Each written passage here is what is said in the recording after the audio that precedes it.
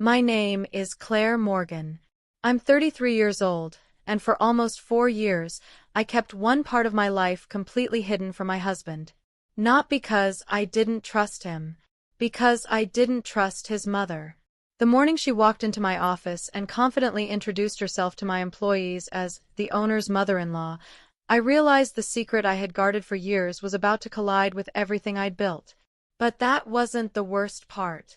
The worst part was what she asked my finance director after she thought I'd already left the building. If she had waited another 24 hours, she might have succeeded. I didn't know that then. At the time, I only knew my phone wouldn't stop vibrating while I stood outside the elevator, holding a paper cup of coffee that had already gone cold. Before I tell you how that happened, welcome to the channel. If you enjoy thoughtful family stories filled with quiet twists, hidden truths, and the kind of moments that change lives forever, you're in the right place. Now, let me take you back to where it really began. 3 years earlier, my life looked wonderfully ordinary. I worked as an accountant, which suited me better than most people realized. Numbers rarely lied. People often did. My job had trained me to notice patterns, missing documents, small inconsistencies, and tiny details that others dismissed. That habit didn't end when I left the office.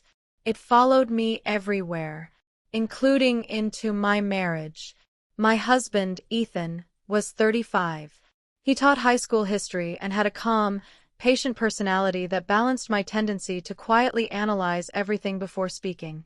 We met through mutual friends, dated for 2 years, and married after what felt like the easiest decision either of us had ever made. He believed I worked remotely for a financial consulting company. That wasn't entirely false. I simply never told him I owned it. The business had started years before we met. At first it was just me working from a tiny apartment with one folding desk, an aging laptop, and a printer that jammed every other page. Little by little, clients recommended me to other businesses. Then I hired my first employee. Then another. By the time Ethan and I married, the company had grown enough to lease an office downtown. I never lied about going to work. I never lied about late meetings.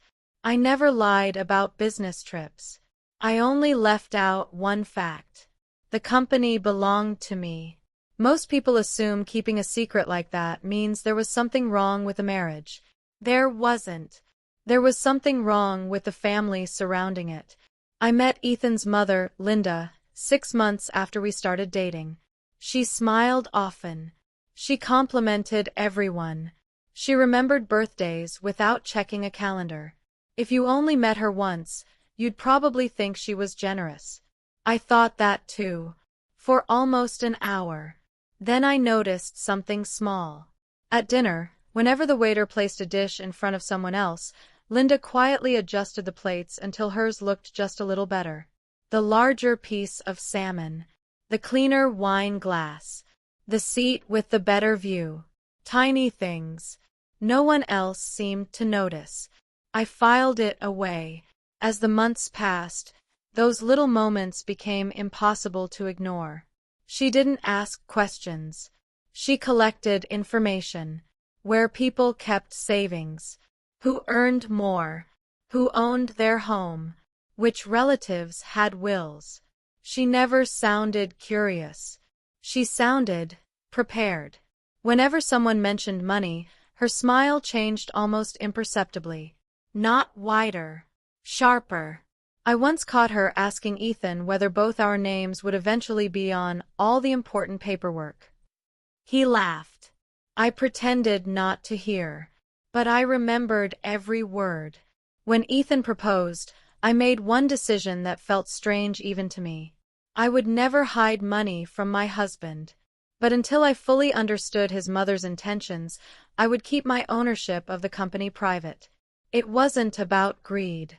It was about giving myself time. Time to watch. Time to learn. Time to see whether the instincts I trusted every day at work were trying to tell me something at home. For nearly 4 years, that decision seemed unnecessary. Then, one Monday morning, my receptionist called me before I reached the office. Her voice was unusually quiet. "Claire, there's a woman here asking for the owner." I asked who it was. She hesitated. Then she said 5 words I'll never forget. "It's your husband's mother." By the time I reached the office, the lobby had settled into that familiar Monday rhythm. The espresso machine hummed near the reception desk. Someone laughed softly from the conference room. Delivery boxes waited against the wall, still unopened. Everything looked exactly as it had the previous Friday. Except for Linda. She stood beside the reception counter wearing a cream-colored coat that looked expensive without trying too hard.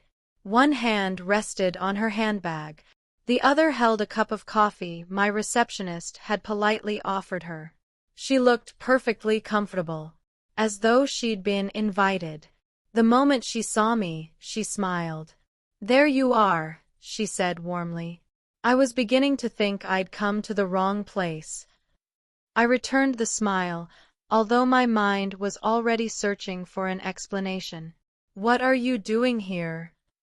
"I was nearby." It was an answer without information. People often do that when they don't want to explain themselves. "I thought I'd surprise you," she continued. "Ethan said you worked somewhere around this building." "Not this building. Around this building." Another detail I quietly noted. "I've got a busy morning," I said. "Can we grab lunch another day?" She looked around the office before answering. "This is much bigger than I imagined. It keeps us busy." "We?" "My team." She nodded slowly. "I'd love a quick tour." The request sounded casual. It didn't feel casual. I hesitated just long enough for my receptionist, Megan, to glance toward me. Megan had worked with me for nearly 5 years. She knew I preferred to introduce visitors myself. She also knew not to volunteer information. "I only have a few minutes," I said. "That's all I need." I led Linda through the office. Most of my employees looked up briefly before returning to their work. A few smiled politely. Others were too focused on month-end reports to notice us. Linda noticed everything. The framed awards near the meeting rooms. The client logos on the wall. The number of desks. The glass offices. She walked slowly, asking questions that sounded harmless. "How many people work here? Do you enjoy managing such a large team? Who handles payroll? Do you work with outside investors?" Each question floated by as if it had no destination. I answered only what felt necessary. About halfway through the tour, we passed Daniel, our operations manager. He looked up from his computer. "Morning, Claire." "Morning." Linda smiled before I could continue walking. "So you're one of the managers?" Daniel nodded politely. "I am." "It must be nice working for such a successful company." "It is." Then he looked at me. Not because of what she'd said. Because of what she hadn't. Daniel had introduced me hundreds of times over the years. Founder. Owner. CEO.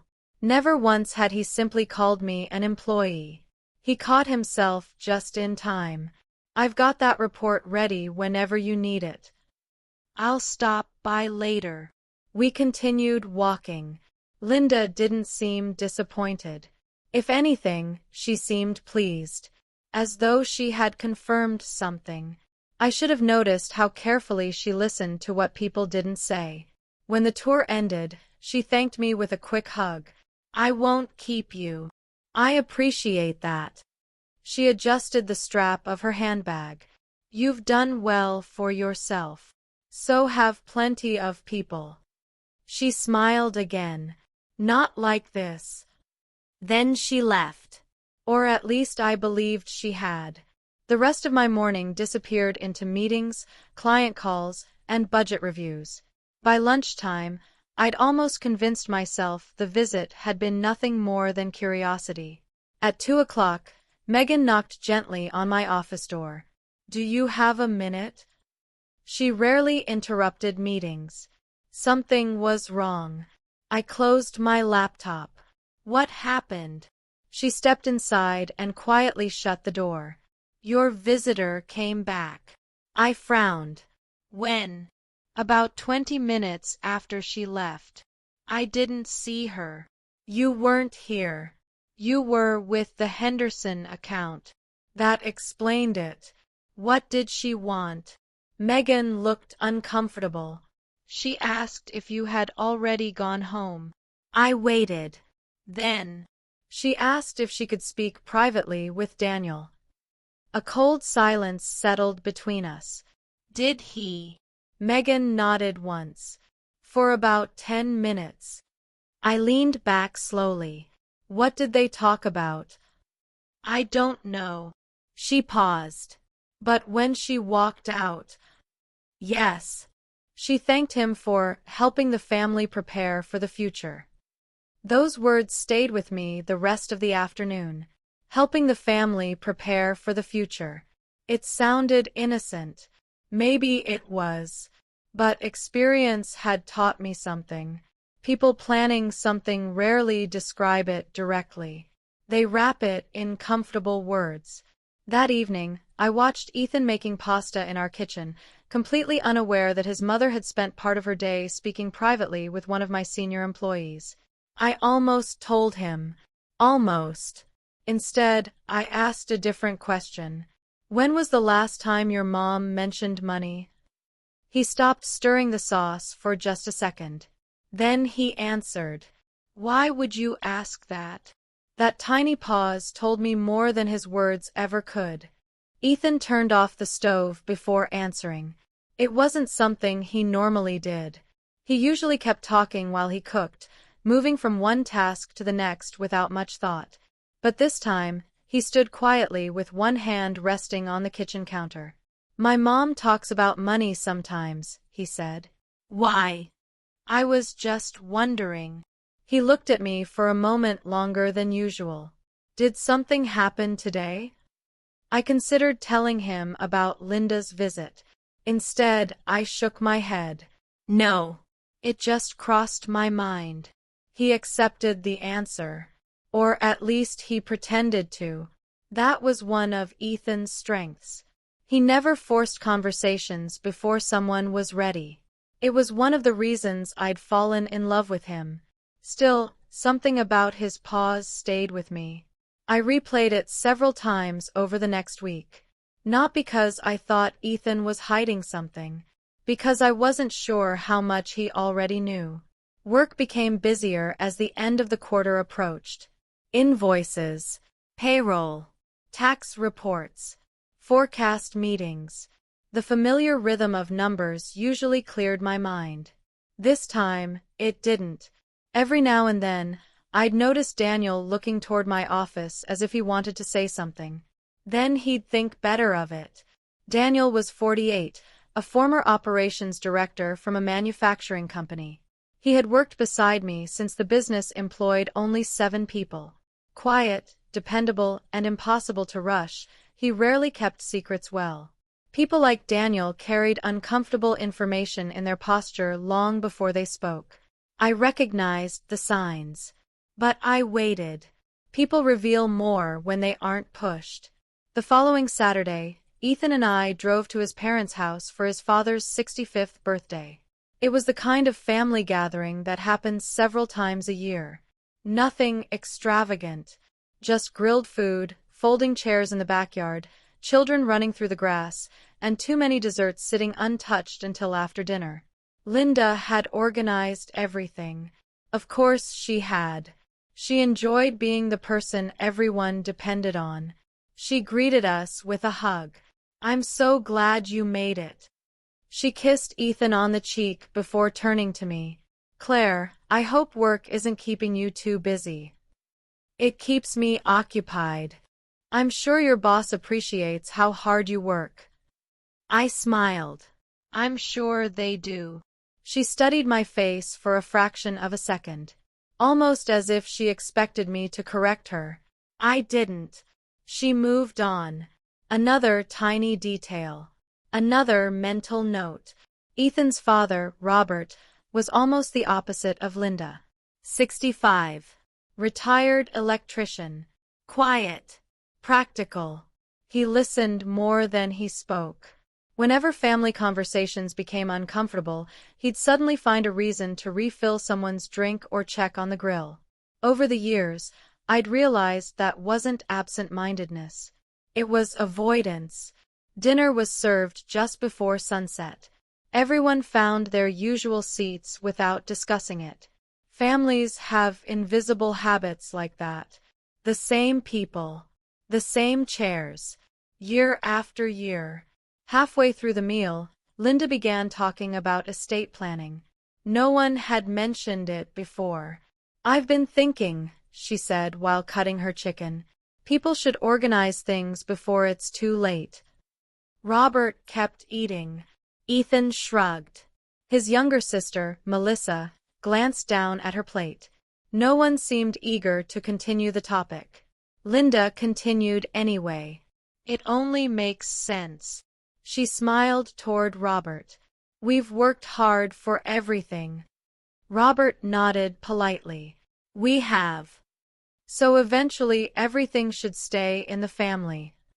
The sentence sounded ordinary, but she wasn't looking at Robert. She was looking at me. I felt it before I looked up. "I agree," I said carefully. She smiled. "I'm glad." Then she added something that made the table unexpectedly quiet. "I've always believed husbands and wives shouldn't keep financial secrets from each other." The sound of silverware slowed. Not stopped. Slowed. Ethan looked between us. "I don't think anyone here does." Linda laughed softly. "You'd be surprised." Then she changed the subject. Just like that. No explanation. No accusation. Nothing. Only enough to leave everyone wondering. I took a sip of water. Cold. Almost tasteless. Across the table, Robert avoided my eyes. Melissa suddenly became very interested in folding her napkin. No one said another word about finances. But the atmosphere had changed. Subtly. Permanently. On the drive home, Ethan was unusually quiet. Streetlights slid across the windshield as we drove through town. Finally, he spoke. "Mom was acting strange tonight. I noticed." He kept his eyes on the road.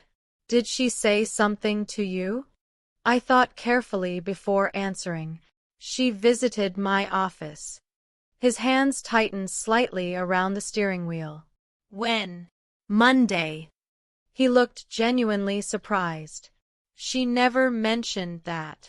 I didn't think she would." Silence filled the car again. After another minute, Ethan asked the question I'd been expecting. "Why didn't you tell me?" "I wasn't sure it mattered." "And now?" I looked out the passenger window. "I think it does." He nodded once. "We'll ask her." "No." He glanced at me. "Not yet." "Why not?"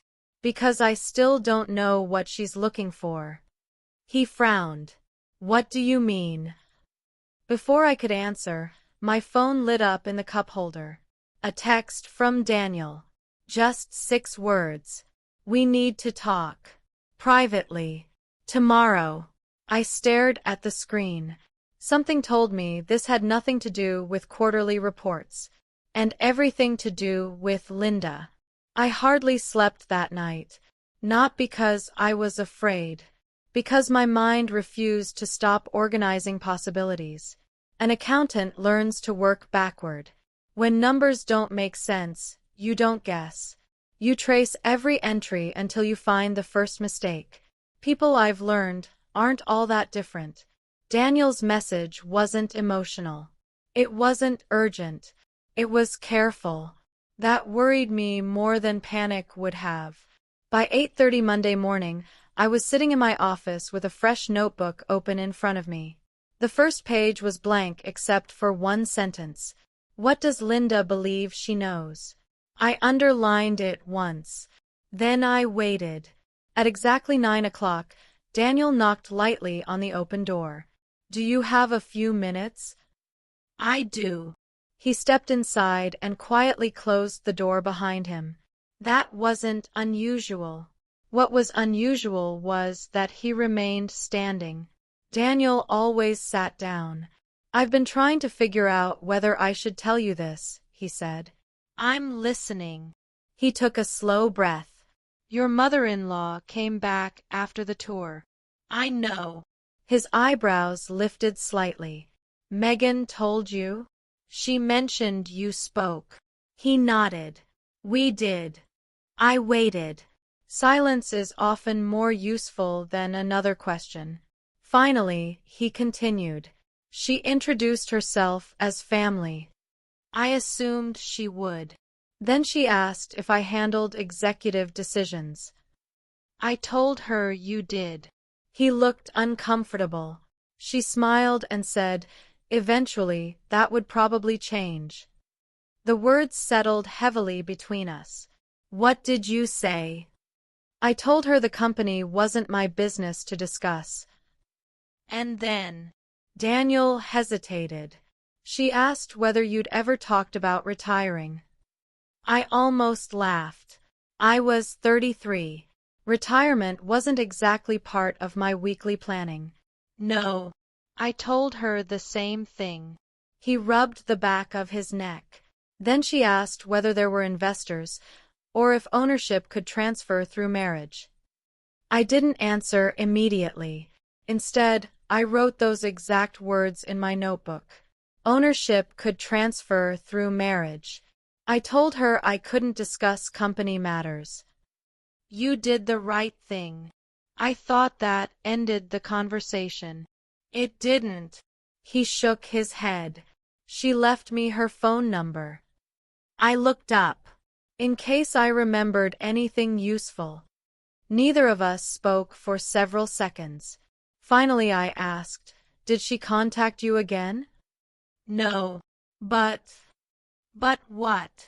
I checked our visitor logs after she left. I frowned. Why? Because something felt off. He reached into his folder and slid a printed page across my desk. This isn't part of our normal records. I looked down. Every visitor who entered the building signed in electronically. The log showed Linda's first visit, then her second, then my eyes stopped. A third entry. Same day, different time, 5:42 p.m. She had returned again, after almost everyone had gone home. I never saw this. I know. Who let her in? The evening security guard. Why? Daniel sighed. She told him she had left an important family document for you. Did she? No. I looked back at the paper. How long was she here? 23 minutes. My stomach tightened. Where did she go? Reception. Only reception? Daniel didn't answer. Instead, he pulled out another sheet. A floor access report. My office. The executive conference room. Accounting. Records storage. Each door required an electronic key. Each door had recorded access. Except one. The records storage room had been opened manually. Someone inside had unlocked it. I stared at the report. We don't leave that room unlocked. We're not supposed to. Who was here? Daniel slowly pointed to a single employee name. Rebecca Collins. Age 27. Administrative assistant. She had joined the company only 6 months earlier. Efficient. Friendly. Quiet. Almost invisible. I'd barely spoken to her beyond normal work conversations. Rebecca stayed late that evening? I asked. Daniel nodded. According to her timesheet. I searched my memory. Rebecca had volunteered for overtime several times recently. I'd appreciated her initiative. Now I wondered if I'd appreciated the wrong thing. I checked the security footage, Daniel said quietly. And his expression changed. I couldn't. What do you mean? The recording from that hallway. He paused. Is missing. I leaned back slowly. Missing. The cameras worked before. And after. But between 5:40 and 6:10. He looked directly at me. There's nothing. The room suddenly felt much smaller. I looked through the glass wall of my office. Employees answered phones. Someone carried a stack of folders to human resources. A client laughed during a video meeting. Everything looked completely normal. But it wasn't. Someone had entered the one room containing our original corporate documents. Someone had helped them. And somehow, the camera covering that hallway had gone dark for exactly 28 minutes. I closed my notebook. Don't tell anyone we're discussing this. I haven't. And Daniel. Yes. If Rebecca asks whether you've spoken to me today, I'll say we reviewed payroll. He nodded once and quietly left my office. I remained seated for several minutes, staring at the access report. Then I opened my email. There was a message waiting from Rebecca. Subject: Personal request. It contained only one sentence. Could we speak before anyone else finds out? I didn't answer Rebecca's email right away. Instead, I read it 3 more times. It wasn't the wording that unsettled me. It was the timing. She had sent it less than 2 minutes after Daniel left my office. There was no reason she should know we'd been talking, unless she'd been watching. I looked through the glass wall toward the administrative area. Rebecca's desk sat near the windows, neatly organized as always. A small green plant rested beside her monitor. A yellow legal pad lay perfectly aligned with the edge of the desk. She wasn't there. Her chair was empty. I checked the time. 9:34 a.m. I replied with 4 words. Come to my office. 3 minutes later, she knocked softly. She looked exactly as she always did. 27 years old. Dark hair pulled into a simple ponytail. Navy cardigan. No jewelry except a silver watch. If I hadn't known about the visitor logs, I would have thought she was coming to discuss vacation days. Close the door, I said. She did. Have a seat. She sat carefully, folding her hands in her lap. For several seconds, neither of us spoke. Finally, she broke the silence. I made a mistake. What kind of mistake? She looked down. I let someone into records. I know. Her eyes lifted immediately. You know. I know enough. She swallowed. I didn't think she'd hurt anything. Who? She hesitated. Then she whispered, Your mother-in-law. The room became very still. Start at the beginning. Rebecca nodded. The first time she came in, she was very friendly. She asked where the restroom was, complimented everyone, and left. I know. The second time, she found me near the copy room. What did she say? She said she was worried about you. Worried? Rebecca nodded. She said you were under enormous stress and sometimes forgot where important documents were. I listened without interrupting. She told me she needed one file because she and your husband were planning a surprise anniversary gift. What kind of file? She said she needed the original incorporation certificate. I kept my face calm. Why? She said a framed copy would make a meaningful family present. The explanation was absurd, but not impossible. Rebecca continued. She sounded convincing. Then what happened? I told her company records weren't available. Good. But she kept talking. Rebecca's voice grew quieter.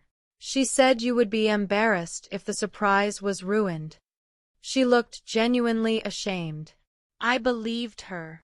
I thought back to every interaction I'd had with Rebecca. She'd always assumed the best about people. That quality makes someone pleasant to work with. It also makes them vulnerable. So you unlocked records. She nodded once. I stayed with her the whole time. Were you watching every minute? She didn't answer. Rebecca. I stepped out. For how long? Maybe 3 minutes. Why? She asked if I could print something from reception. 3 minutes. Long enough. What happened when you came back? She was holding a folder. Which folder? I don't know. Did you check? No. Did she remove anything? I honestly don't know. I believed that part. Her regret felt real. What happened after she left? Rebecca reached into her purse. I've been carrying this ever since. She placed a folded envelope on my desk. It was plain white. No stamp. No address. Only my name written across the front. Claire. I recognized the handwriting immediately. Linda's. She gave this to me before leaving. You never opened it? Rebecca shook her head. She told me to hand it to you if she ever stopped answering her phone. A strange sentence. If she stopped answering?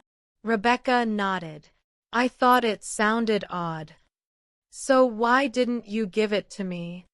Her eyes filled with embarrassment. Because 2 days later, she came back. My attention sharpened. A 4th visit? She met me outside the building. Outside. Rebecca nodded. She asked if I delivered the envelope. What did you tell her? I said no. And she smiled. Rebecca paused, as if replaying the memory. Then she said.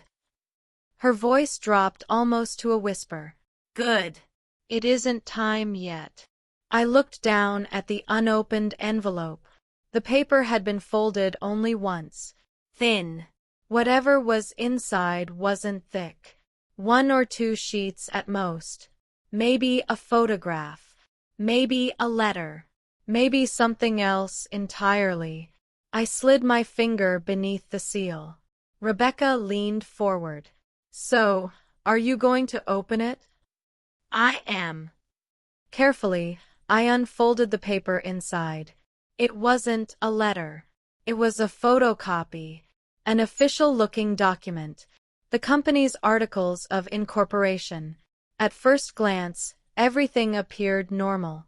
Then I noticed one line. The owner's signature. It wasn't mine. Someone had replaced it with a nearly perfect forgery. Beneath it was a handwritten note. Just 1 sentence. This version is cleaner than the original. I felt every instinct I'd relied on for years come alive at once. Because whoever created that copy hadn't been practicing. They'd been preparing. I didn't touch the document again for several seconds. Instead, I looked at Rebecca. She was watching my face, trying to understand what I'd seen. Do you recognize it? She asked. I do. Is something wrong with it? I turned the paper toward her. Look at the signature. She leaned closer. At first, she frowned. Then her expression shifted. It looks real. It almost does. She looked again. I don't understand. That's not my signature. Her eyes widened. Oh. She sat back slowly, as if the realization had physically pushed her into the chair. I swear I didn't know. I believe you. The words surprised both of us. She looked relieved. Most people expect anger when they've made a mistake. Anger wouldn't help me now. Facts would. Rebecca. Yes. I need you to answer one question carefully. I will. When Linda was in records. She nodded. Did she bring a folder with her? Rebecca closed her eyes for a moment. I think she did. What color? Dark blue. Did she leave with the same one? She hesitated. It's okay. No. I looked at her. I don't think she did. The room fell silent. That meant something had changed while she was alone. Either Linda had removed something, or she had added something. Neither possibility was acceptable. After Rebecca left, I locked the document inside my desk drawer. Then I called only one person. Not Ethan. Not the police. Not a lawyer. My head archivist. Her name was Margaret Ellis, 61 years old. Former county records supervisor. She had spent 3 decades preserving legal documents before retiring. 2 years later, she accepted my offer to oversee our corporate records part-time. Margaret trusted paper more than memory. One of the many reasons I'd hired her. She arrived 20 minutes later carrying reading glasses and a small notebook. You sounded serious. I am. I handed her the photocopy. She adjusted her glasses. For almost a full minute, she said nothing. Then she looked up. This isn't amateur work. No. She shook her head. The signature has been traced from another document. You can tell.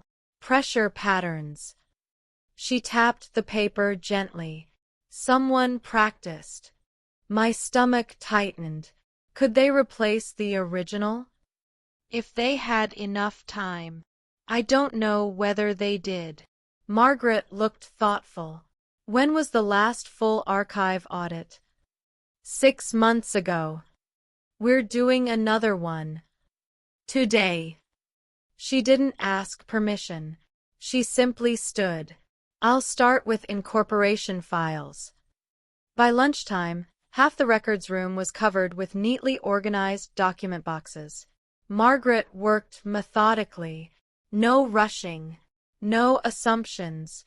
Every folder. Every seal. Every original signature. Every amendment. I joined her whenever meetings allowed. Neither of us spoke much. There wasn't anything to say until we had facts. Around 3 o'clock, Margaret stopped. Claire. I crossed the room. What is it? She pointed toward an empty space inside one storage drawer. This shouldn't be empty. What belongs there? She checked her inventory list. The original shareholder registry. I frowned. It should be right there. It isn't. We searched the surrounding files. Nothing. Another cabinet. Nothing. A third. Still nothing. Margaret removed her glasses. It didn't disappear on its own. No. I already knew where my thoughts were heading. Linda. But assumptions aren't evidence. I needed proof. At 4:30, Daniel knocked on the records room door. I've got something. He held a printed security report.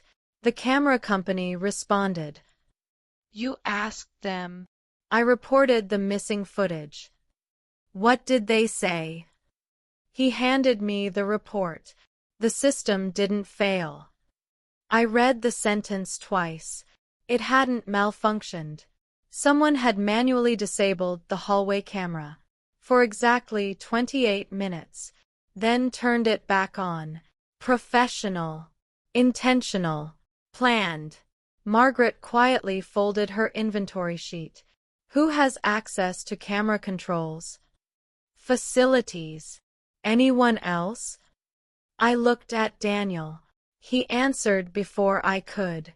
Only one executive. My office. I stared at him. My login. He nodded. The camera shutdown command came from your administrator credentials. I felt strangely calm. almost detached. But I didn't do it. I know. Someone had used my credentials. That changed everything, because now this wasn't just about stolen paperwork. Someone inside my company had impersonated me. That evening, I drove home later than usual. The sky was already dark. Rain tapped softly against the windshield. When I pulled into our driveway, Ethan was sitting on the front porch instead of inside. He looked tired. You've been working late. I have. He stood. We need to talk. His tone was gentle, but different. I joined him on the porch steps. For a while, neither of us spoke. Finally, he said, "I had lunch with my mom today." I turned toward him. And she asked me a strange question. What was it? He looked genuinely confused. She wanted to know whether you'd ever mentioned changing your will. The words settled into the quiet evening. I don't even have a new will. I told her that. He rubbed his hands together. Then she said something I can't stop thinking about. What? He looked directly at me. She said. He swallowed once. Claire has been planning for a future that doesn't include you. I stared at him, not because I believed her, because I suddenly understood what Linda had been building all along. She wasn't trying to steal my company. She was trying to make Ethan believe I already had. And if she succeeded, I wouldn't just lose my business. I could lose my marriage before I ever had the chance to prove the truth. I didn't answer Ethan immediately. The rain had grown steadier, tapping against the porch railing in a slow, even rhythm. He waited. That was one thing I had always admired about him. He never demanded an immediate response. He simply gave people room to think. I looked at him carefully. His face didn't show anger. It showed confusion.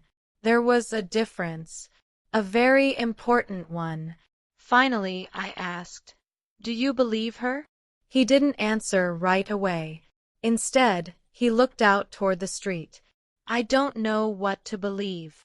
It wasn't the answer I wanted, but it was an honest one. I've never hidden another relationship. I know. I've never hidden debt. I know. I've never hidden gambling, investments, or another bank account. I know. I took a slow breath. There is one thing I never told you. His eyes met mine. I own the company. Silence. No surprise. No interruption. Just silence. Then he smiled faintly. I already suspected. That wasn't the response I expected. You, what? He nodded. A teacher's salary doesn't pay for some of the business trips you've taken. You never asked. I figured you'd tell me when you were ready. I felt years of tension loosen all at once. You aren't upset? No. He shook his head. I'm upset that you felt you couldn't tell me. I looked down at my hands. I wasn't hiding it from you. You were hiding it from Mom. Yes. He sighed quietly. I think I understand that now. For the first time in days, I felt something close to relief. Then he asked the question that mattered. What exactly has she done? I told him everything. The office visits, the forged signature, the missing shareholder registry, the disabled security camera, Rebecca, the envelope, Daniel. I left nothing out. He listened without speaking. Several times he rubbed his forehead, as if trying to organize the information. When I finished, almost 5 minutes had passed. Finally, he whispered, "This doesn't sound like Mom." No. It sounds calculated. Yes. He looked genuinely shaken. My whole life. He stopped. What? I thought she was controlling. He laughed bitterly. I never imagined she'd do something like this. I placed my hand over his. This isn't your fault. I should have noticed. So should I. Neither of us had. That was the uncomfortable truth. Manipulation often works because it arrives slowly. The next morning I called our corporate attorney. Her name was Olivia Chen, 46 years old. Specialized in corporate governance and fraud investigations. Calm. Precise. The kind of lawyer who asked fewer questions than most people but noticed twice as much. She arrived carrying only a legal pad. After reviewing everything, she spoke carefully. If someone intended to change ownership of your company, she paused. They'd need much more than a forged signature. I assumed so. They'd need board resolutions. We have those. Government filings. I checked. No changes. Bank authorization. No activity. She nodded. So either. She looked directly at me. Someone was preparing. Or they were interrupted. I thought about Linda's note. This version is cleaner than the original. It sounded less like a completed crime, more like practice. Olivia continued. I'd like permission to review every document filed during the last 12 months. You have it. And one more thing. Yes.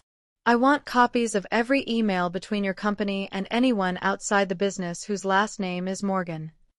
My married name. Exactly. By late afternoon, Olivia called me into the conference room.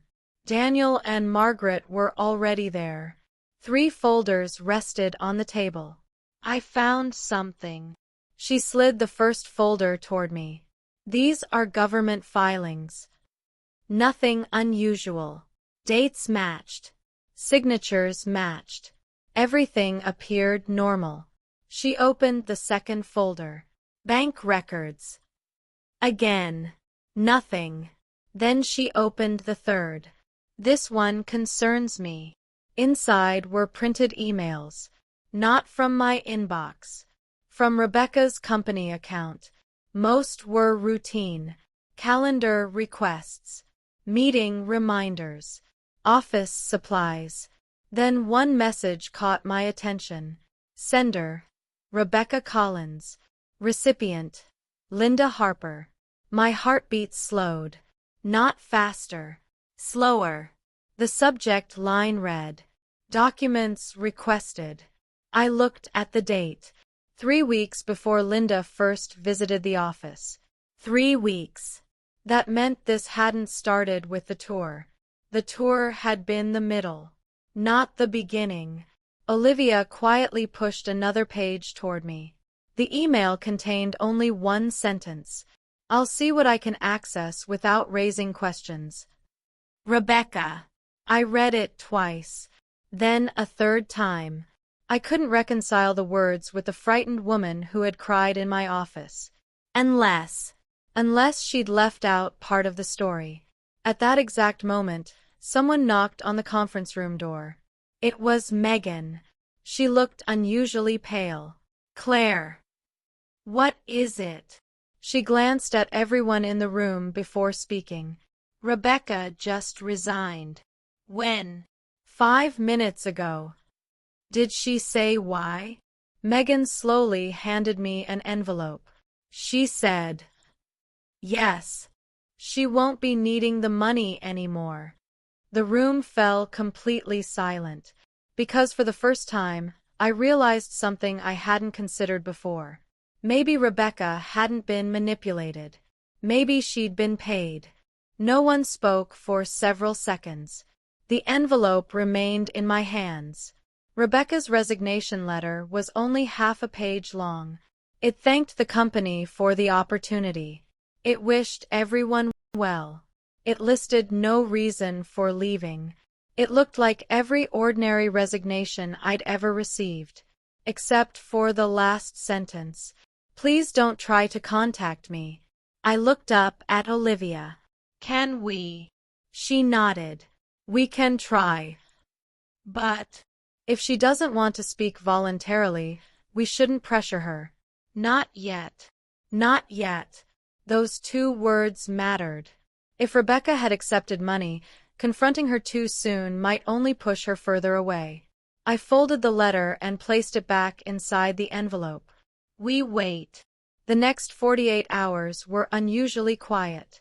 Too quiet. Linda didn't call. She didn't text Ethan. She didn't appear at the office. It was as though she knew we were looking. That silence gave Olivia time to work. She requested certified copies of every corporate filing directly from the state. Margaret completed a full inventory of our records. Daniel interviewed the facilities staff about the security system. Every piece of information went into a single binder on the conference table. I found myself treating my own company like an audit, one document at a time, one fact at a time. No assumptions. Friday afternoon, Daniel entered my office carrying a small cardboard box. This was in Rebecca's desk. You searched it. Only after human resources documented everything. He placed the box in front of me. Inside were ordinary office supplies, sticky notes, pens, a framed photograph of a golden retriever, a coffee mug.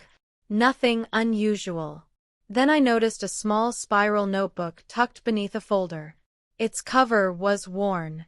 Inside were pages of meeting reminders and phone messages. Most were routine. Halfway through the notebook, a folded receipt slipped onto my desk. It was from a cafe 3 blocks from our office. Date: 3 weeks before Linda's first visit. 2 coffees. 1 blueberry muffin. Handwritten across the bottom was a single name. Linda. No last name. Just Linda. I turned the receipt over. There was another note. Bring organizational chart. I looked at Daniel. This wasn't random. No. They met before she ever came here. He nodded. I think so. Olivia asked us not to draw conclusions until we had more. By Monday morning, she had something else.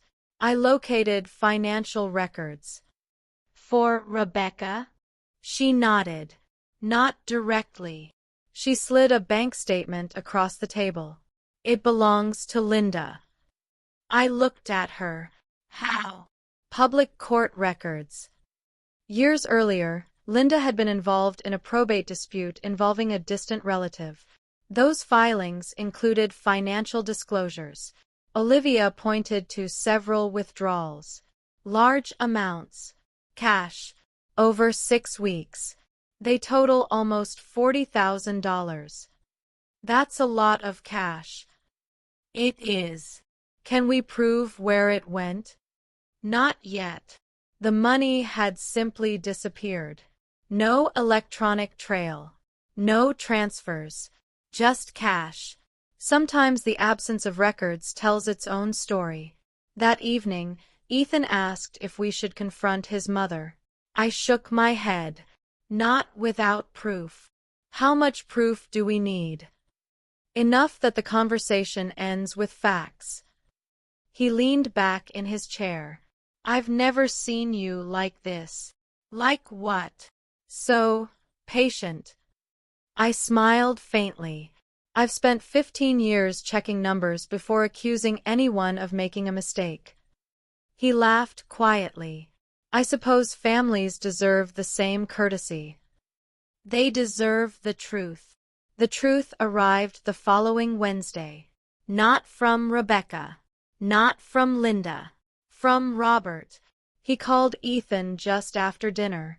His voice sounded tired. Can the two of you come over? Is everything okay? No. He paused. I found something in Linda's desk. Less than 30 minutes later, we were sitting in Robert's workshop behind the house. It smelled faintly of sawdust and machine oil. The walls were lined with neatly arranged tools. Robert closed the door before speaking. I wasn't looking for this. He placed a brown accordion folder on the workbench. I was searching for the warranty on the lawnmower. He gave a humorless smile. Instead, I found these. Inside were copies of my company's organizational chart, photographs of the office entrance, printouts of public business records, notes written in Linda's handwriting, dates, employee names, office schedules, visitor hours. There was even a page labeled, "Best time to access records." Ethan stared at it in disbelief. Mom made this. Robert nodded slowly. I recognize her handwriting. My eyes moved across another page. Each employee had a short note beside their name. Daniel, too loyal. Megan, knows too much. Rebecca, helpful. Appreciates recognition. I felt a chill run through me. These weren't casual observations. They were assessments. The last sheet in the folder was different. It contained only one sentence, written in thick blue ink. If Claire won't hand it over willingly, Ethan eventually inherits anyway. The workshop fell completely silent. Robert lowered himself onto a stool, looking suddenly much older than his 65 years. I never knew. His voice cracked for the first time since I'd met him. I swear to you, I never knew. I believed him, because the evidence wasn't destroying only my opinion of Linda. It was destroying his entire marriage. And for the first time, we finally had something Linda could not explain away. Not opinions, not suspicions, her own handwritten plan. Robert didn't try to defend Linda. He didn't ask us to keep the folder a secret. He simply sat on the old wooden stool, staring at the workbench as though he no longer recognized the life he'd been living. I've been married to her for 38 years, he said quietly. I don't know when this became this. No one answered. Some questions don't have immediate answers. Olivia had told me more than once that people rarely wake up one morning and decide to commit fraud. It usually begins with something smaller, a rationalization, an opportunity, a belief that they're entitled to something they never earned. I wondered how many years it had taken Linda to reach this point, and whether anyone had noticed. The next morning, Robert agreed to meet Olivia at her office. He brought the accordion folder, along with 3 notebooks Linda had kept in a locked drawer at home. I haven't opened them, he said. I thought it was better if someone else did. Olivia photographed everything before touching a single page. Chain of custody, she explained. If this ever reached a courtroom, every document would need to be accounted for. Facts mattered. Procedures mattered just as much. By noon, she called Daniel and me into the conference room. You need to see this. The first notebook looked like an ordinary planner. Doctor's appointments, birthdays, grocery lists. Then, about halfway through, the entries changed. Employee names, office layouts, dates Rebecca worked late, notes about security routines. One sentence caught my attention immediately. Rebecca wants to go back to school. Money solves hesitation. I closed my eyes for a moment. It wasn't just manipulation. Linda had studied people. She had identified what each person needed. Then she had used it. The second notebook contained something even more important. A list of cash payments. No names. Only initials. Most meant nothing to me. Until I reached one entry. RC, $18,000. Final payment after signatures. Rebecca Collins. Olivia looked at me. I think we can safely assume that's not a coincidence. No, it isn't. For the first time since this began, we had something that connected Linda directly to Rebecca. Not beyond all doubt, but enough to justify an investigation. That afternoon, Olivia contacted the state investigators responsible for corporate fraud. She presented copies of the forged signature, the altered incorporation document, the visitor records, the missing security footage, and the notebooks. The investigator spent nearly 2 hours reviewing everything. Before leaving, he asked only one question. Do you still have the original shareholder registry? Margaret answered. No. It's missing. He nodded slowly. I think I know why. Everyone looked at him. If someone intended to transfer ownership fraudulently, the original registry would have exposed the forgery immediately. So they removed it. Exactly. He closed the folder. This wasn't successful fraud. He paused. It was an attempted one. Those words mattered more than I expected. Attempted. My company was still mine. The safeguards we'd put in place years earlier had done exactly what they were supposed to do. 3 days later, Rebecca asked to meet. Not through a lawyer. Not through Olivia. She emailed me directly. I want to tell the truth. We met in a quiet public library conference room. It seemed fitting. Libraries have a way of encouraging honesty. Rebecca looked exhausted. There were dark circles beneath her eyes. She placed an envelope on the table before I said a word. I'm sorry. I waited. She took a deep breath. I needed money. For school. She nodded. My student loans, my mother's medical bills. Her voice faded. Linda knew all of it. She offered you $18,000. Rebecca's eyes filled with tears. She said nobody would get hurt. What exactly did she ask you to do? Let her into records. She swallowed. And replace one file. Did you? I tried. Tried. I couldn't find the shareholder registry. My heart skipped. You never found it? She shook her head. No. So where is it? I don't know. She slid another item across the table. A cashier's check. For $18,000. I never spent it. I looked at her. I couldn't. She wiped her eyes. Every time I tried, I thought about what you would lose. There was no dramatic apology, no long speech, just quiet regret. Sometimes that's harder to hear. A week later, investigators executed a search warrant at Linda's home. The missing shareholder registry was recovered from a locked fireproof safe in the back of her bedroom closet. It hadn't been destroyed. It had been hidden. Alongside it were practice sheets filled with my signature. Dozens of them. Each one a little more convincing than the last. The evidence spoke for itself. No argument could erase it. The legal process moved slowly, as legal processes usually do. Charges related to attempted corporate fraud, forgery, evidence tampering, and bribery followed. Rebecca cooperated fully with investigators. Her cooperation didn't erase what she'd done, but it mattered. Robert filed for legal separation. Melissa stopped speaking to her mother. And Ethan. He stood beside me through every interview, every meeting, every difficult day.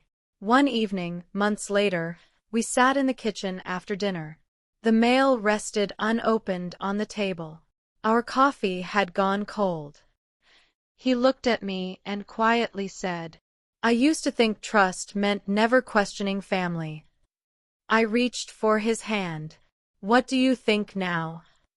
He smiled sadly. I think trust has to survive the truth. I realized then that justice wasn't only about courtrooms. Sometimes it was about rebuilding the parts of your life that someone else tried to break. The final chapter was still waiting, but for the first time in a long while, I believed it would bring peace. Almost a year passed before everything finally came to an end. Life has a way of continuing, even while the biggest moments quietly unfold in courtrooms and conference rooms. The office settled back into its usual rhythm. Phones rang. Clients came and went. The espresso machine still made too much noise every morning. Someone was always looking for a missing stapler. Ordinary things returned. I hadn't realized how much I'd missed them. The criminal case never became dramatic. There were no emotional outbursts. No surprise witnesses bursting through courtroom doors. Just documents, expert testimony, security records, bank withdrawals, emails, visitor logs, and Linda's own notebooks. Each piece of evidence supported the next. Together, they told a story that no explanation could undo. When asked about the forged signature, the handwriting expert explained the pressure patterns. When asked about the missing shareholder registry, investigators described where they had recovered it. When asked about the cash withdrawals, financial records matched the dates in Linda's notebook. The facts spoke more clearly than anyone's opinion ever could. I found myself thinking about that often. Truth doesn't always arrive loudly. Sometimes it arrives one document at a time. Rebecca testified. She didn't ask anyone to feel sorry for her. She admitted she had accepted the money. She admitted she had unlocked records. She admitted she had lied after the first interview. Then she said something that stayed with me. I thought I was helping someone solve a family problem. She paused. I didn't understand I was becoming part of a crime. The judge listened carefully. So did everyone else. Rebecca accepted responsibility for her actions. Her cooperation, the return of the money, and her assistance in recovering the missing documents were all considered during sentencing. She would live with the consequences, but she also had the chance to rebuild her life. I hoped she would. Linda never looked at me during the proceedings. Not once. She looked at her attorney, at the judge, at the papers in front of her, sometimes at Ethan, never at me. I wondered if she couldn't, or simply wouldn't. When the verdict was announced, she remained completely still. The courtroom was quiet enough that I could hear someone turning a page several rows behind us. There was no feeling of victory, only relief. The uncertainty was over. A few weeks later, Robert asked if he could visit. He arrived carrying a cardboard box. I found a few more things while packing. Inside were old family photographs, holiday cards, a recipe book that belonged to Ethan's grandmother, and a small framed picture from our wedding. Robert handed it to me. I thought you should have this. I looked at the photograph. Linda was smiling in the background. So was everyone else. It felt strange. Not because the picture had changed. Because I had. I've looked at that photo 100 times, I said quietly. I never noticed how carefully she watched everyone instead of the ceremony. Robert nodded. I didn't notice either. He looked around our living room before speaking again. I spent years confusing control with love. His voice was steady. I don't want to make that mistake again. Neither did I. The company continued to grow. We added another office the following spring. Margaret finally agreed to retire for real, though she still visited every few weeks with homemade cookies and gentle reminders to label archive boxes correctly. Daniel became Chief Operating Officer. It was a title he'd earned years before he accepted it. Megan was promoted to Office Manager. She laughed when I gave her the new business cards. I guess answering phones paid off. It paid off because you paid attention. She smiled. I learned from the best. Rebecca sent me a letter 6 months later. She had started community college. She was working part-time at a public library. She didn't ask for forgiveness. She simply thanked me for believing that one terrible decision didn't have to define the rest of her life. I folded the letter and placed it inside my desk. Some reminders are worth keeping. One Saturday morning, Ethan and I sat on our back porch with fresh coffee. The garden we'd planted the previous autumn was finally beginning to bloom. He looked at me and smiled. So, Are you ever going to stop introducing yourself as someone who works in finance? I laughed. I suppose it's time. You've been the owner all along. I have. He reached across the table and squeezed my hand. I'm proud of you. Not because of the company. Not because of the trial. Not because we had won. Because we had stayed honest with each other when it would have been easier to let suspicion take over. That mattered more than anything else. Looking back now, I don't think the hardest part was protecting my business. It was protecting the quiet trust inside my marriage. Companies can recover from fraud. Documents can be replaced. Locks can be changed.